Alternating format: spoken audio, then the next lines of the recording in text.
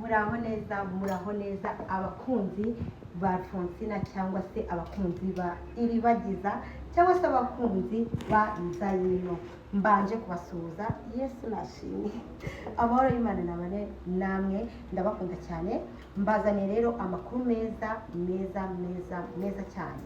Abakunzi ba YouTube channel ya Fonsina TV, kuri ubu ndagira ngo mbamenyeshe ko filime Inzigo series mwakunze cyane nafunguye channel nshyashya yitwa Nzayino TV show.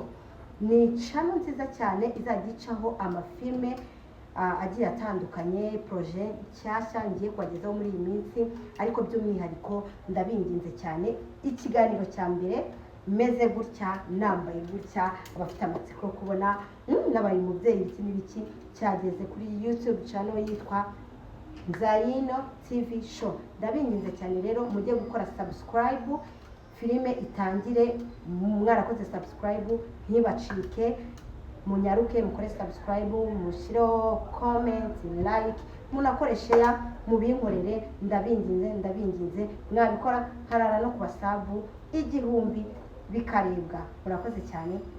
Ciao.